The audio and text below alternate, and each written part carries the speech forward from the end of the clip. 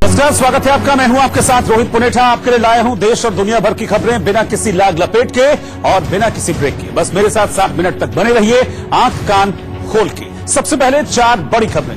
Telecom company Reliance जियो अब अपने ग्राहकों से कॉलिंग के पैसे लेगी। जियो के अलावा बाकी नेटवर्क पर किए जाने वाले वॉइस कॉल के लिए 6 पैसे प्रति मिनट का चार्ज लिया जाएगा। हालांकि ग्राहकों को उसके बराबर कीमत का डेटा फ्री में दिया जाएगा। विजयदशमी के दिन रक्षा मंत्री राजनाथ सिंह के फ्रांस में लड़ाकू विमान राफेल की शस्त्र पूजा करने को कांग्रेस नेता मल्लिकार्जुन खड़गे ने तमाशा बताया, तो वहीं कांग्रेस के बागी संजय निरुपम ने खड़गे को नास्तिक करार दिया। महाराष्ट्र और हरियाणा विधानसभा चुनाव से ठीक पहले राहुल गांधी की विदेश जाने पर कांग्रेस में जारी अंदरूनी कलह अब सारी दुनिया के सामने आ गई है। कांग्रेस नेता राशिद अल्वी ने पार्टी के वरिष्ठ नेता सलमान खुर्शीद को इशारों में पार्टी का दुश्मन बता डाला। और मोबाइल फोन और लैपटॉप से लेकर ई व्हीकल में इस्तेमाल होने वाली लिथियम आयन बैटरी को बनाने वाले 3 वैज्ञानिकों को इस साल का रसायन विज्ञान का नोबेल पुरस्कार देने का ऐलान किया गया है। इन वैज्ञानिकों में शामिल 97 साल के जॉन गुडइनफ अमेरिकी प्रोफेसर हैं और इतनी उम्र में नोबेल पाने वाले वो पहले शख्स हैं। पटना में बाढ़ पीड़ितों ने नीतीश सरकार के खिलाफ प्रदर्शन किया। पटना के राजेंद्र नगर में रहने वाले लोगों ने बाढ़ में हुए नुकसान की भरपाई के लिए बिहार सरकार के खिलाफ प्रदर्शन किया।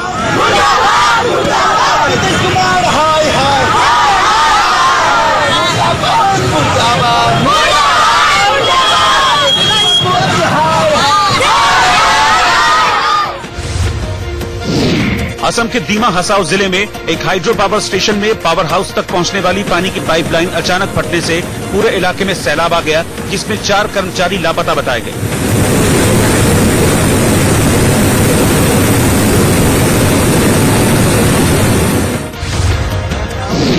नवी मुंबई स्टेशन पर छत्रपति शिवाजी टर्मिनल से पनवेल जाने वाली लोकल ट्रेन के एक डिब्बे के ऊपर लगे पेंटोग्राफ में अचानक आग लगने से यात्रियों में हड़कंप मच गया।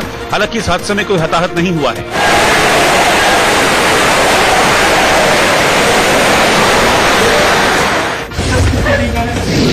उत्तर प्रदेश के पीलीभीत में शहर कोतवाल का एक वीडियो सोशल मीडिया पर वायरल हो गया, जिसमें कुर्सी पर बैठे कोतवाल के कंधे पर एक बंदर दोस्ताना अंदाज में बैठा नजर आया और वो आराम से अपना काम करते रहे।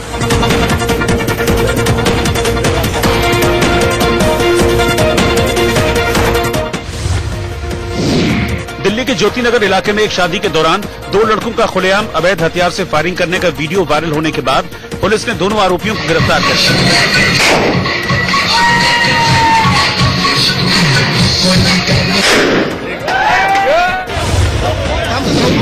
मुंबई में पीएमसी यानी Punjab and Maharashtra cooperative bank के जमाकर्ताओं ने कोर्ट के सामने विरोध प्रदर्शन किया। ये लोग बैंक में घोटाले की वजह से अपना ही पैसा नहीं निकाल पा रहे हैं।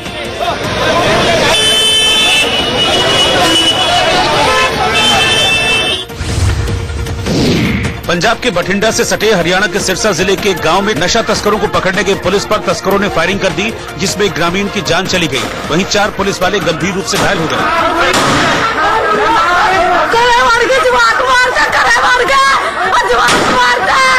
पुलिस पर तस्करों ने फायरिंग कर दी, जिसमें एक ग्रामीण की जान चली गई। वहीं 4 पुलिस वाले गंभीर रूप से घायल हो गए।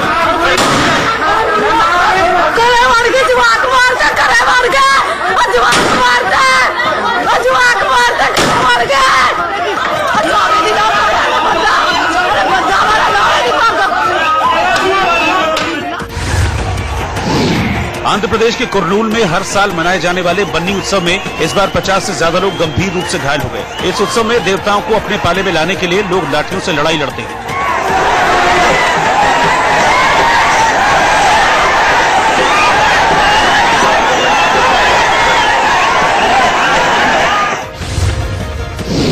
हिमाचल प्रदेश के कुल्लू में भगवान रघुनाथ की रथ यात्रा से विश्व प्रसिद्ध देव समागम का आगाज हो गया।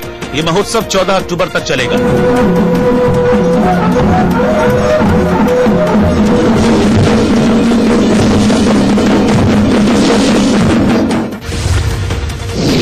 फ्रांस दौरे पर गए रक्षा मंत्री राजनाथ सिंह ने पेरिस में उस कंपनी का दौरा किया जहां लड़ाकू विमान राफेल के इंजन बनाए जाते हैं। इस दौरान उन्होंने वहां ट्रेनिंग ले रहे भारतीयों से भी मुलाकात की।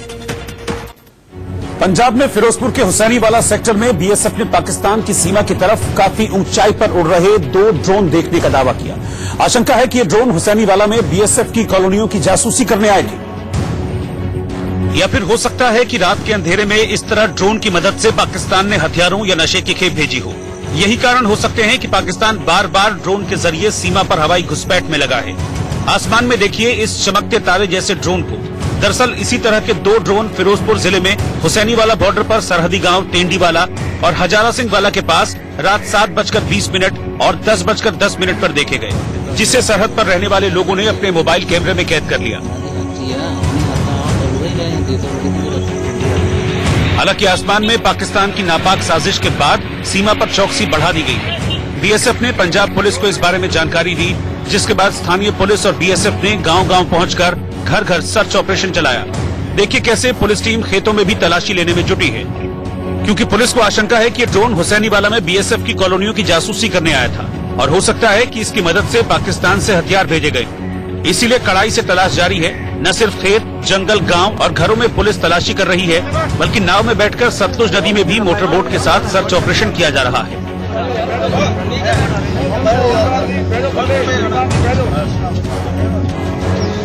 यही नहीं, शहरी इलाकों में भी नाकेबंदी कर सर्च अभियान चलाया जा रहा है। इस बीच पुलिस ने लोगों से सतर्क रहने की अपील की है। एरिया है वो सर्च कर रहे हैं, पब्लिक को अवेयर कर रहे हैं, मौकों में कर रहे हैं। सर्च ऑपरेशन जो है कंटिन्यूस चल रहा है, नाकाबंदी की हुई है सारा एरिया। वहीं फिरोजपुर के डिप्टी कमिश्नर ने शादी समारोहों में भी ड्रोन पर पाबंदी लगा दी है, ताकि सीमा पर पाकिस्तानी ड्रोन की पहचान हो सके और उसे पकड़ा जा सके। फिरोजपुर बॉर्डर एरिया ਦੇ ਵਿੱਚ ਫਿਰੋਜ਼ਪੁਰ ਸ਼ਹਿਰ ਦੇ ਵਿੱਚ ਵੀ ਸ਼ਾਦੀਆਂ ਦੇ ਵਿੱਚ ਵੀ ਜਿਹੜੇ ड्रोन ਨਾਲ फोटोग्राफी करते हैं ਉਹ ਤੇ ਪਾਬੰਦੀ ਲਗਾਤੀ ਹੈ।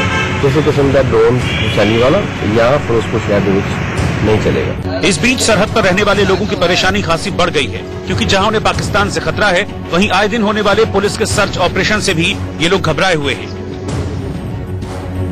मुंबई में पीएमसी यानी Punjab and Maharashtra cooperative bank limited के जमाकर्ताओं ने कोर्ट के सामने विरोध प्रदर्शन किया। दरअसल पीएमसी बैंक में हुए घोटाले की वजह से खाता धारक खासे परेशान हैं और वो अपना पैसा ही नहीं निकाल पा रहे हैं। लिहाजा Punjab and Maharashtra cooperative bank के खाता धारक सड़कों पर उतरे और आरबीआई के खिलाफ पोस्टर बैनर लेकर नारेबाजी करने लगे।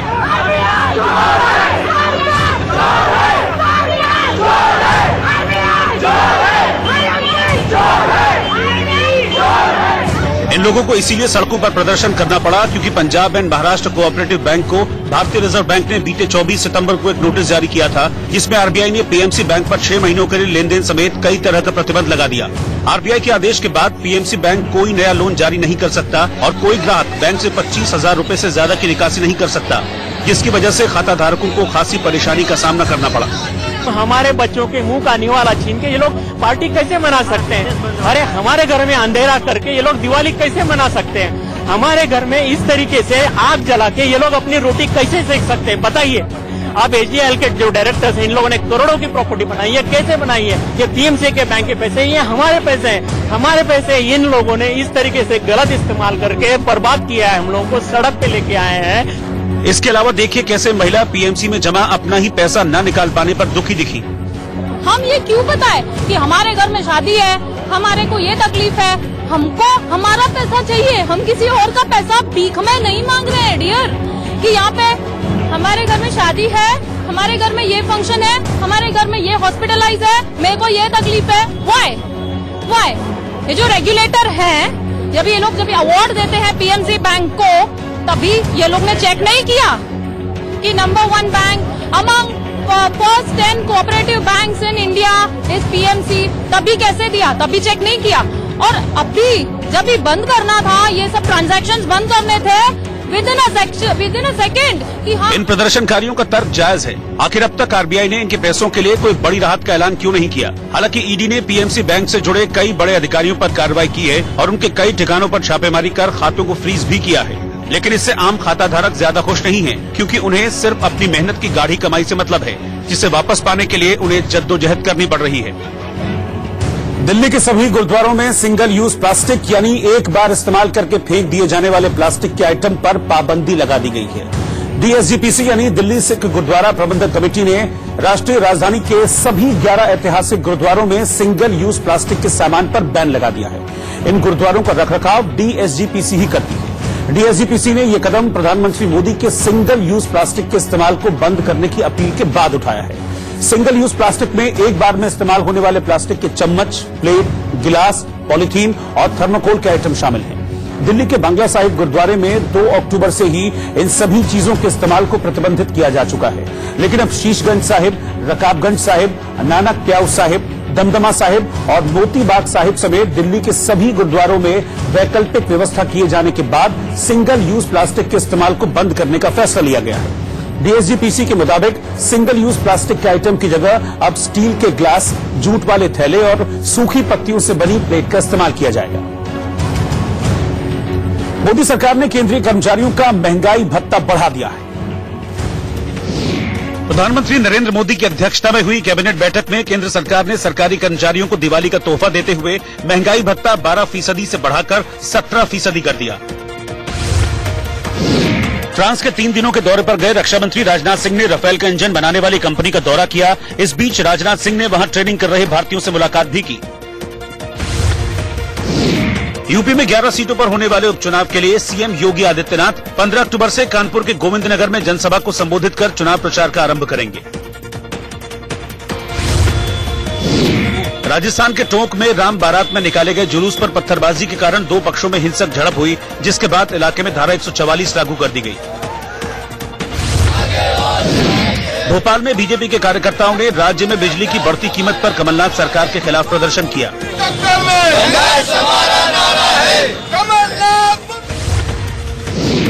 राजस्थान के धौलपुर में 2 कांस्टेबलों को बेरहमी से मारने के मामले में कांग्रेस विधायक ऐदल सिंह के बेटे समेत 14 लोगों पर केस दर्ज हुआ है।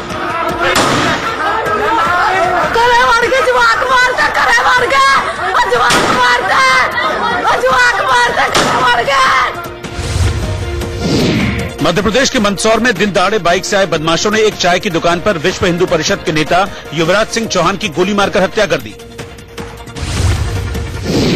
यूपी के बलरामपुर में मां दुर्गा की प्रतिमा विसर्जन के दौरान डीजे पर गाना बजाने को लेकर 2 पक्षों के बीच झड़प हुई, जिसके बाद पुलिस ने 8 लोगों को गिरफ्तार कर लिया।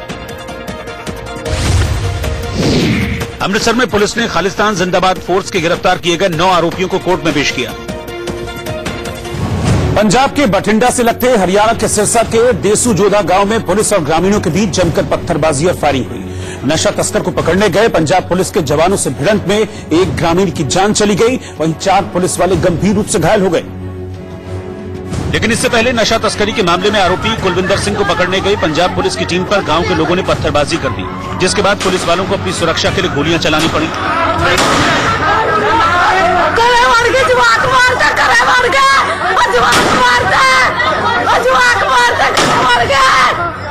इस बीच आत्मरक्षा में की गई गोलीबारी में कई गांव वाले जख्मी हो गए।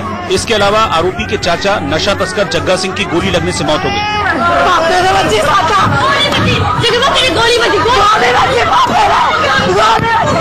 इससे भड़के गांव वालों ने पुलिस वालों को पकड़ लिया और उनके हथियार छीनकर उन्हें बुरी तरह से पीटने लगे। इस बीच इन लोगों ने पुलिस वालों की पगड़ी तक खींचकर उतार दी और उनकी वर्दी फाड़कर लहूलुहान कर दिया।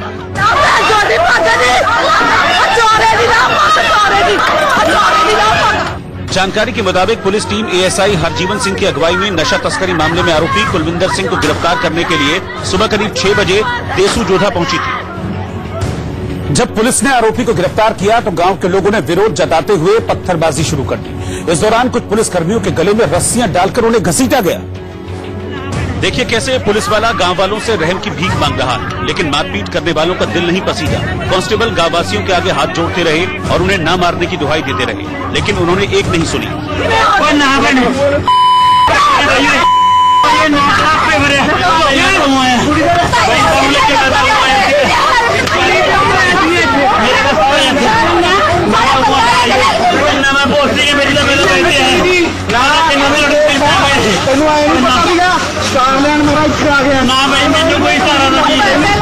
इतना ही नहीं, गांव वालों की ओर से किए गए पथराव के बाद महिला कांस्टेबल समेत 3 पुलिसकर्मी अपनी जान बचाने के लिए कमरे में छिप गए, लेकिन गांव वालों ने कमरे के दरवाजे को तोड़कर डंडों और तेज धार हथियार से उन्हें पीटा। देखिए कैसे कांस्टेबल का हाथ पकड़कर एक कपड़े से बांधकर उसे सड़क पर घसीटा जा रहा है। कुछ लोग उसे डंडे से पीटते हुए भी नजर आ रहे हैं।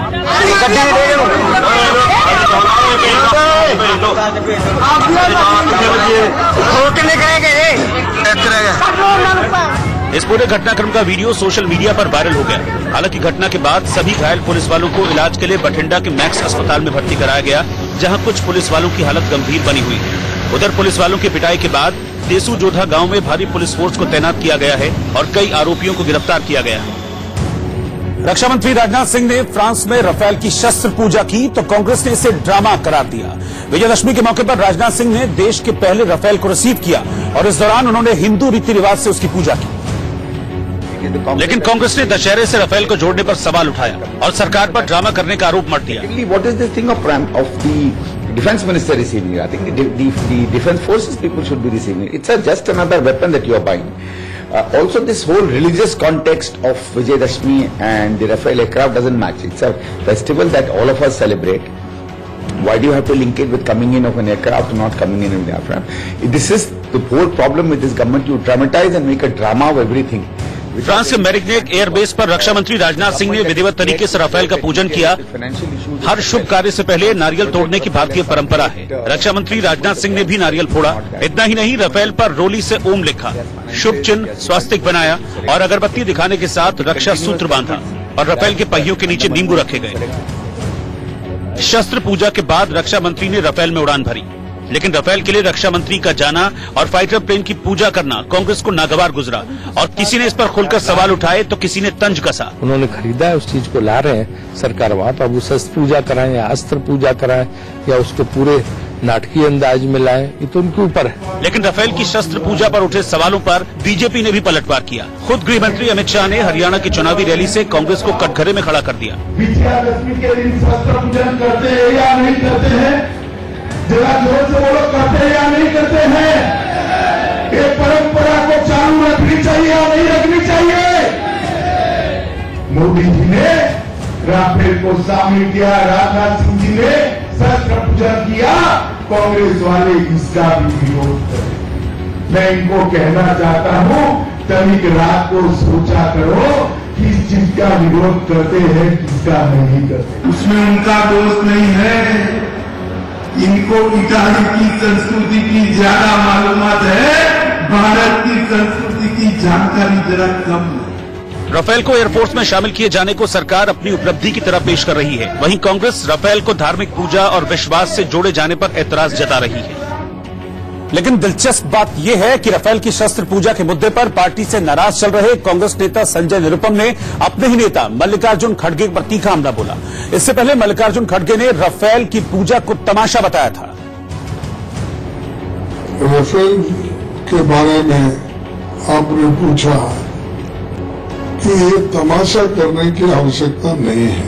हमने विमान वो भी खरीदा और राफेल खरीदा। कोई ऐसा वहां जाके उसको एक दिखावा करके कोई नहीं लाया। ये लोग वहां पर जाकर शो करके बैठ के उसके अंदर वहां जाने की वो डिलीवरी तो नहीं हुआ अभी।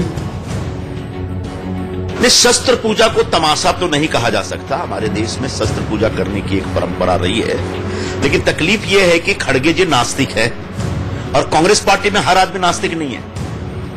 इस देश में हर आदमी नास्तिक नहीं है। पूरे देश की आबादी में 1% लोग होंगे जो नास्तिक हैं, जो पूजा पाठ धर्म कर्म में विश्वास नहीं करते। उनको मुबारक हो, कोई दिक्कत नहीं है, लेकिन उनकी सोच तमाम जो आज में हर आदमी नास्तिक नहीं है। पूरे देश की आबादी में 1% लोग होंगे जो नास्तिक हैं, जो पूजा पाठ धर्म कर्म में विश्वास नहीं करते। उनको मुबारक हो, कोई दिक्कत नहीं है, लेकिन उनकी सोच तमाम जो आस्तिक लोग हैं, जो पूजा पद्धति में विश्वास करते हैं, उसके ऊपर थोपा नहीं जा सकता। कम से कम कांग्रेस पार्टी के ऊपर तो नहीं थोपा जाना चाहिए। जियो का सिम इस्तेमाल करने वालों के लिए बातचीत अब फ्री नहीं होगी। रिलायंस जियो ने घोषणा की है कि जियो यूजर्स को बाकी नेटवर्क पर किए जाने वाले कॉल के लिए अब पैसे देने होंगे। हालांकि सभी नेटवर्क से इनकमिंग कॉल्स पहले की तरह ही फ्री में जारी रहेंगी। दूसरे नेटवर्क पर फोन करने पर यूजर्स को 6 पैसे प्रति मिनट के हिसाब से पैसे चुकाने होंगे। हालांकि जियो कॉलिंग के बराबर मूल्य का जो फ्री डेटा है वो देकर जियो इसे बैलेंस करेगा। ये चार्ज जियो यूजर्स द्वारा दूसरे जियो नंबर पर किए गए कॉल और व्हाट्सएप, फेस आइटम या ऐसे अन्य प्लेटफॉर्म का उपयोग करके किए गए फोन और लैंडलाइन कॉल पर लागू नहीं होगा। जियो की दलील है कि उसने कदम ट्राई के इंटरकनेक्ट यूजर्स चार्ज यानी IUC से जुड़े नियमों की वजह से उठाया है।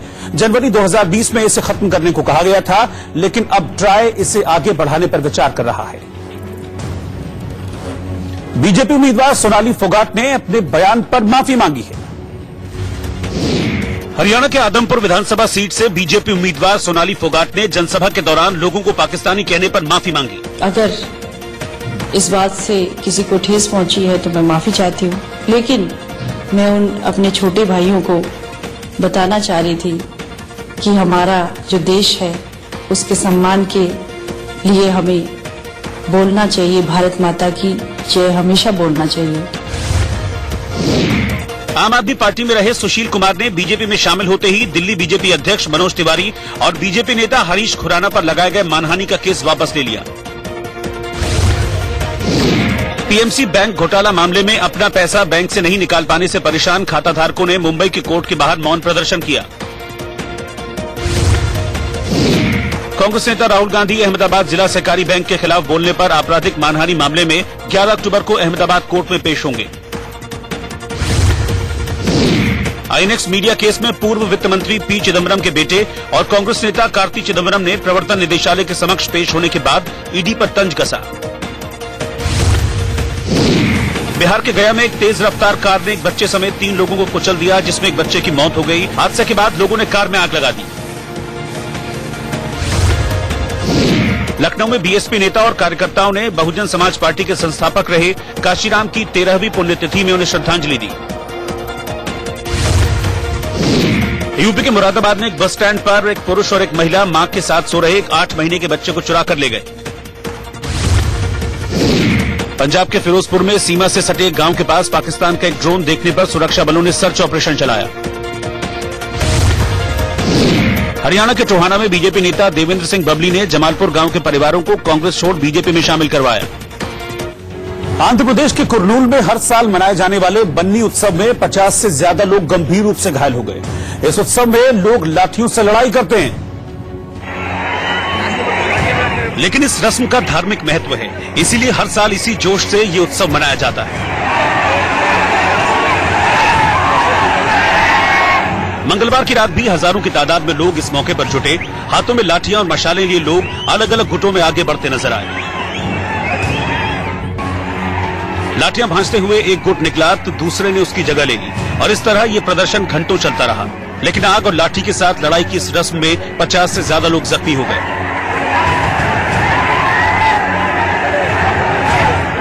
परंपरा के मुताबिक लोग देवताओं को अपने बाले में रखने के लिए लाठियों से एक दूसरे पर वार करते हैं। माना जाता है कि देवताओं के गांव में होने से समृद्धि आती है, लेकिन ये धार्मिक विश्वास कई लोगों पर भारी पड़ गया। कई लोगों को लाठियों से चोट पड़ी और वो लहूलुहान हो गए, तो कई लोग आग से जल गए। जख्मी लोगों को अस्पताल में भर्ती कराया गया, जहां डॉक्टर उनके इलाज में जुट गए। कई लोगों को सिर पर चोट आई तो कुछ लोग हाथों पैरों में लगी चोट से कराहते हुए दिखे। डॉक्टरों की टीम घायलों की मरहम पट्टी में मसरूफ दिखी। दशहरा के मौके पर बन्नी उत्सव देवरगट्टू गांव में मनाया जाता है, जिसमें हजारों लोग जलती मशाल और लंबी लाठियों के साथ जुटते हैं। इस बार भी करीब 1 लाख लोगों ने इस उत्सव में हिस्सा लिया। गांव के माला मल्लेश्वरी स्वामी मंदिर के सम्मान में आयोजित होने वाले इस उत्सव में लाठियों से होने वाली लड़ाई भी शामिल है। रस्म के तौर पर यह लड़ाई देवताओं के लिए की जाती है, लेकिन इस धार्मिक परंपरा की वजह से लोग जख्मी भी होते हैं।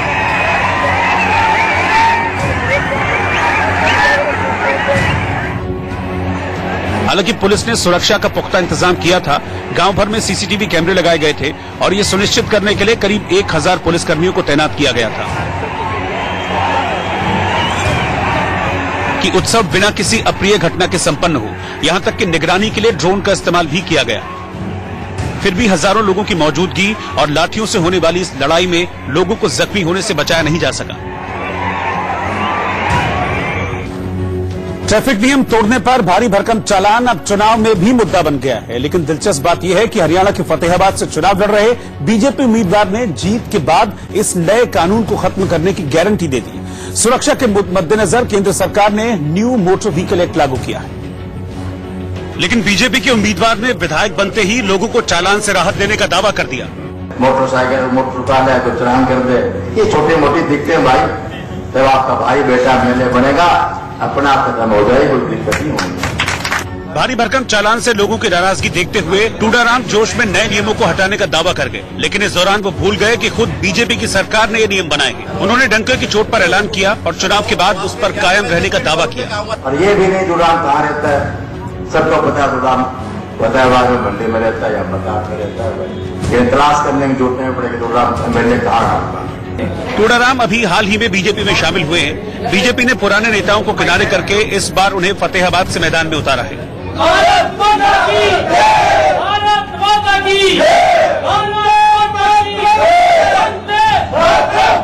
लेकिन चालान खत्म करने की बात पर जननायक जनता पार्टी बिफर पड़ी और दुष्यंत चौटाला ने टूडाराम के दावे की हवा निकाल दी। टूडाराम जी में इतनी हिम्मत नहीं है कि वो मुख्यमंत्री को झुका दे, पर दुष्यंत जरूर इतनी हिम्मत रखता है कि मुख्यमंत्री नहीं प्रधानमंत्री तक को भी झुकाने के हमने काम भी किया है पार्लियामेंट के माध्यम से, और आगामी समय के अंदर भी विधानसभा के अंदर जब हमारे विधायक जीत कर राज बनाएंगे, पहली कलम से न्यू मोटर व्हीकल एक्ट को समाप्त करने का प्रदेश में काम।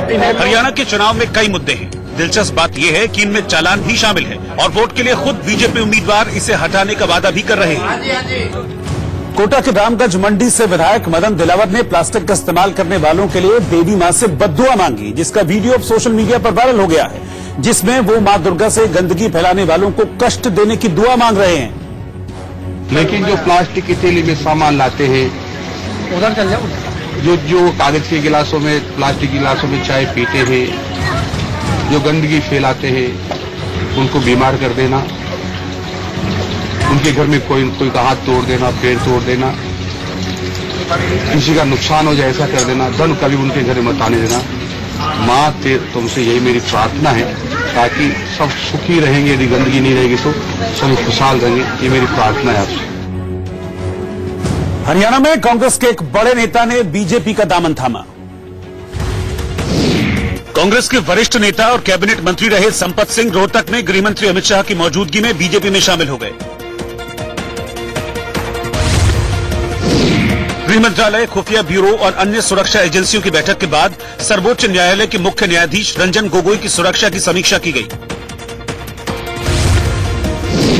प्रधानमंत्री नरेंद्र मोदी वायुसेना चीफ आरकेएस भदौरिया के घर पर आयोजित एक प्रदर्शनी में शामिल हुए और वायुसेना के अधिकारियों को सम्मानित किया। रसायन के क्षेत्र में नोबेल पुरस्कार के लिए लिथियम आयन बैटरी के विकास में अहम भूमिका निभाने वाले 3 वैज्ञानिकों को चुना गया। पोखरण में युद्धाभ्यास के दौरान जवानों के लिए छावनी बनाते वक्त करंट लगने से शहीद हुए जवान का राजकीय सम्मान के साथ छत्तीसगढ़ में अंतिम संस्कार किया गया।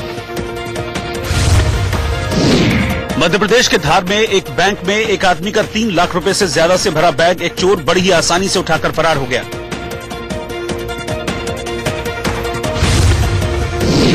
भारतीय धावक निर्मला शिवराण को डोप टेस्ट में पॉजिटिव पाए जाने के बाद उन पर 4 साल का बैन लगा दिया गया और साथ ही 2017 में एशियाई चैंपियनशिप में जीते उनके दोनों खिताबों को छीन लिया गया। अफगानिस्तान के जलालाबाद शहर में सेना की गाड़ी के पास बम धमाके में मासूम बच्चों समेत कम से कम 10 लोगों की मौत हो गई और 25 से ज्यादा लोग घायल हुए हैं।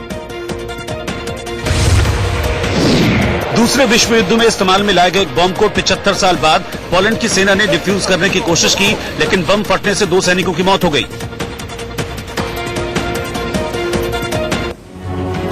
महाराष्ट्र और हरियाणा चुनाव से पहले सलमान खुर्शीद ने अपना एक बयान देकर कांग्रेस को बैकफुट पर ला दिया है कि पार्टी का कोई भविष्य ही नहीं है। हालांकि जब हड़कंप पंचा तो सलमान खुर्शीद ने सफाई दी और दावा किया कि कांग्रेस चुनौतियों से पार पाने में कामयाब होगी।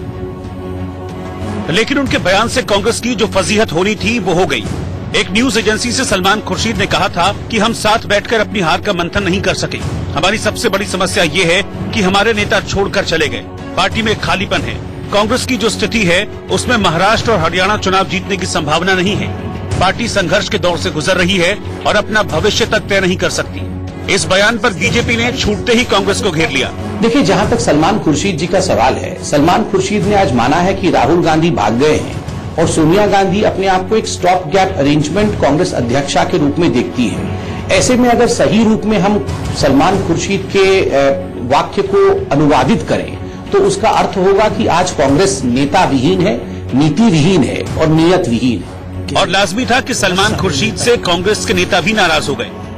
कभी कभी ऐसा होता है कि आदमी इमोशनली कुछ बोल जाता है, लेकिन सलमान खुर्शीद कांग्रेस पार्टी के सीनियर लीडर हैं और कांग्रेस पार्टी अगर कमजोर होती है तो सबको तकलीफ होती है।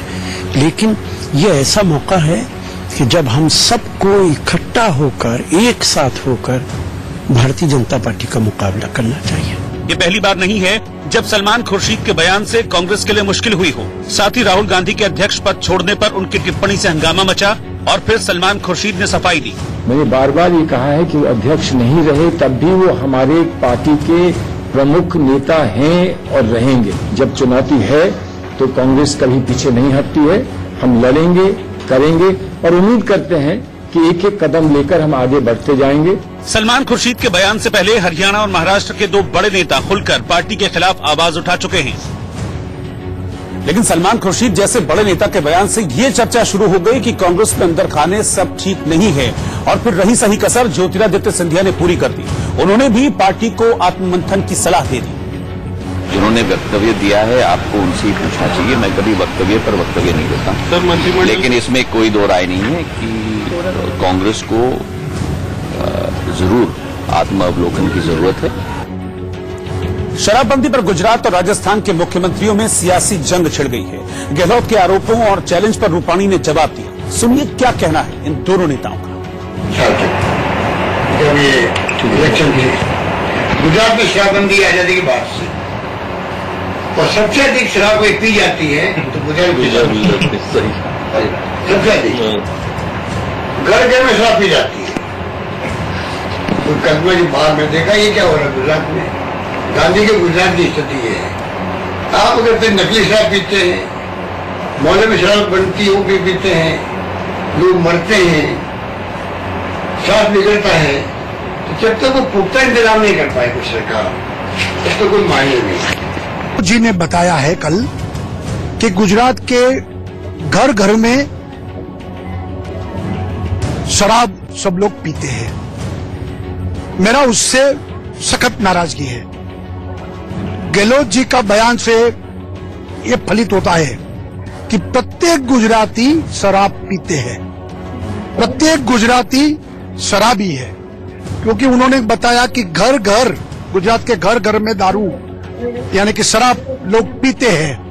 तो राजस्थान की महिलाओं ने शराबबंदी की जो मांग की है वो पूरा न करते हुए प्रश्नों को डाइवर्ट करने के लिए गुजरात को बदनाम करना ये उचित बात नहीं है। उसका रिएक्शन गुजरात के मुख्यमंत्री ने जिस दिन किया और आज छपा है वहां पर, वो मेरा काम हल्का कर दिया। मैंने कहा वो तो घर घर को मालूम आप लोगों को, घर घर में चर्चा होगी इस बात की कि भाई सही कहा है गलत कहा। मैं गलत बोल रहा हूँ या गुजरात के मुख्यमंत्री गलत बोल रहे हैं, ये तय करना वहां पीने वालों को नहीं पीने वालों को। ये बात मैंने तो कहा, तो मैंने देख के कहा, मैंने तो जो मैंने महसूस किया वो मैंने कहा कि भाई घर घर के अंदर का मतलब जुमला है कि घर घर का मतलब अधिकांश जगहों में शराब पी जाती है। अखिलेश यादव झांसी में पुलिस एनकाउंटर में मारे गए व्यक्ति के परिवार से मिले। समाजवादी पार्टी के राष्ट्रीय अध्यक्ष अखिलेश यादव ने झांसी में कथित तौर पर पुलिस एनकाउंटर में मारे गए पुष्पेंद्र यादव के परिवार वालों से मुलाकात की। उत्तराखंड के पिथौरागढ़ में भारत और कजाकिस्तान के बीच एंटी टेररिस्ट ऑपरेशन का साझा युद्धाभ्यास किया गया।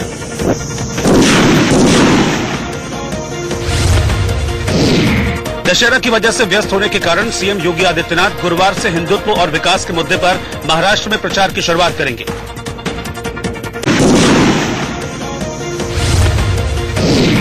दशहरा की वजह से व्यस्त होने के कारण सीएम योगी आदित्यनाथ गुरुवार से हिंदुत्व और विकास के मुद्दे पर महाराष्ट्र में प्रचार की शुरुआत करेंगे। यूपी की बस्ती में पूर्व छात्र संघ अध्यक्ष और बीजेपी नेता आदित्य नारायण तिवारी कबीर की बाइक सवार बदमाशों ने गोली मारकर हत्या कर दी।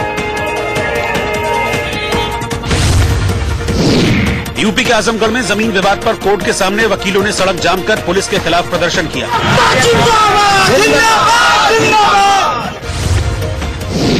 लखनऊ में फर्जी पुलिस बनकर नेशनल हाईवे पर लूटपाट करने वाले गिरोह के 5 आरोपियों को पुलिस ने गिरफ्तार कर लिया।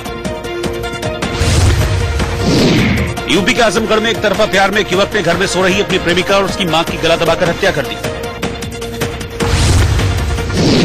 भारतीय महिला क्रिकेट टीम ने साउथ अफ्रीका को 3 मैचों की वनडे सीरीज के पहले वनडे मैच में 8 विकेट से हरा दिया। बुधवार को सेंसेक्स 646 अंकों की तेजी के साथ 38,178 पर बंद हुआ। वहीं निफ्टी भी 187 अंकों की मजबूती के साथ 11,313 पर बंद हुआ। यूपी के गाजियाबाद में अवैध पटाखा बनाने वाली कंपनी पर छापेमारी हुई। इस छापेमारी से इलाके में हड़कंप मच गया। गाजियाबाद के एसडीएम समेत कई पुलिस अधिकारियों ने लगभग 12 से 14 घरों में छापेमारी कर अवैध रूप से बनाए जा रहे पटाखे बरामद किए। बाजार में इन पटाखों की कीमत करीब 1 करोड़ बताई गई। दरअसल पिछले कई दिनों से स्थानीय निवासी पुलिस में अवैध पटाखों के खिलाफ शिकायत कर रहे थे, जिसके बाद पुलिस और प्रशासन की ओर से ये कार्रवाई की। गाजियाबाद में 1 करोड़ से ज्यादा की कीमत के ये पटाखे बरामद किए गए हैं, जो कि अवैध रूप से यहां पर तैयार किए जा रहे थे। पटाखों को बनाने के लिए जो फैक्ट्री है उसमें वैसे भी कई गाइडलाइंस होती हैं कि वो रिहायशी इलाके से दूर होना चाहिए, लेकिन जैसा ये तस्वीरें दिख रही हैं, ये तस्वीरें बताती हैं कि रिहायश के बीच रहकर ही इन पटाखों को तैयार किया जा रहा था, जिसके बाद ये कार्रवाई की। उत्तर प्रदेश की बस्ती में बीजेपी नेता और पूर्व छात्र संघ अध्यक्ष कबीर तिवारी की गोली मारकर हत्या कर दी गई, जिसके बाद भारी संख्या में लोग सड़कों पर उतर आए। गुस्साई भीड़ ने इलाके में सड़क जाम कर प्रदर्शन किया। इस बीच कुछ लोगों ने लाठी डंडों से जगह जगह तोड़फोड़ की और दुकानों से सामान निकालकर बाहर फेंकना शुरू कर दिया, जिसके बाद कई जगह आगजनी की घटनाएं भी हुई हैं। दुकानों से सामान निकालकर लोगों ने उसमें आग लगा दी। बस्ती में छात्र नेता कबीर की हत्या कर दी गई, जिसके बाद गुस्साए समर्थकों ने यह हंगामा किया। तस्वीरें आप देख सकते हैं बस्ती में, जहां पर हाथों में लाठी डंडे लिए लोग सड़कों पर उतर आए और कई जगह आगजनी की और हंगामा किया। और आगे बढ़ने से पहले एक नजर इस वक्त की हेडलाइंस पर। बड़ी खबर के प्रस्तुत करता है। अब आपको दिखाते हैं कि सियासी मैदान में कैसे लगी बयानों की बाजी।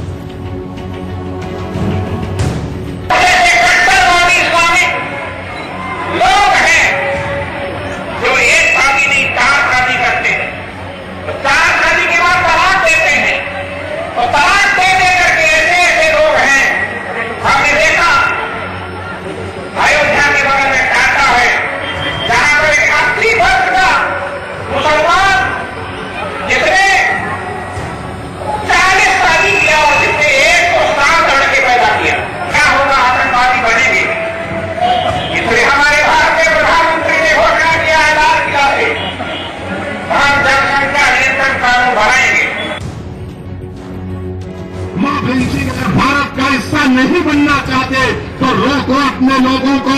क्या तबरेज को मारने वाले कौन है? गोडसे की औलाद अलीमुद्दीन अंसारी को मारा गया। कोर्ट ने उन मुजरिमीन को सजा दी, बेल पर निकल कर आए, तो आपका मिनिस्टर जयंत सिन्हा फूल का हार पिलाता है। क्यों पिलाया बात लिंचिंग वालों को? इखलाक को मारने वालों का एक मुल्जिम मर गया तो उसके ऊपर हिंदुस्तान का हमारा तिरंगा उसकी जिस्म पर रखकर यूनियन मिनिस्टर जाकर उसके जिस्म पर फूल का हार रखता है। बोलो ये क्या है फिर? फिलहाल एक ब्रेक, लौट रहे हैं फौरन वापस।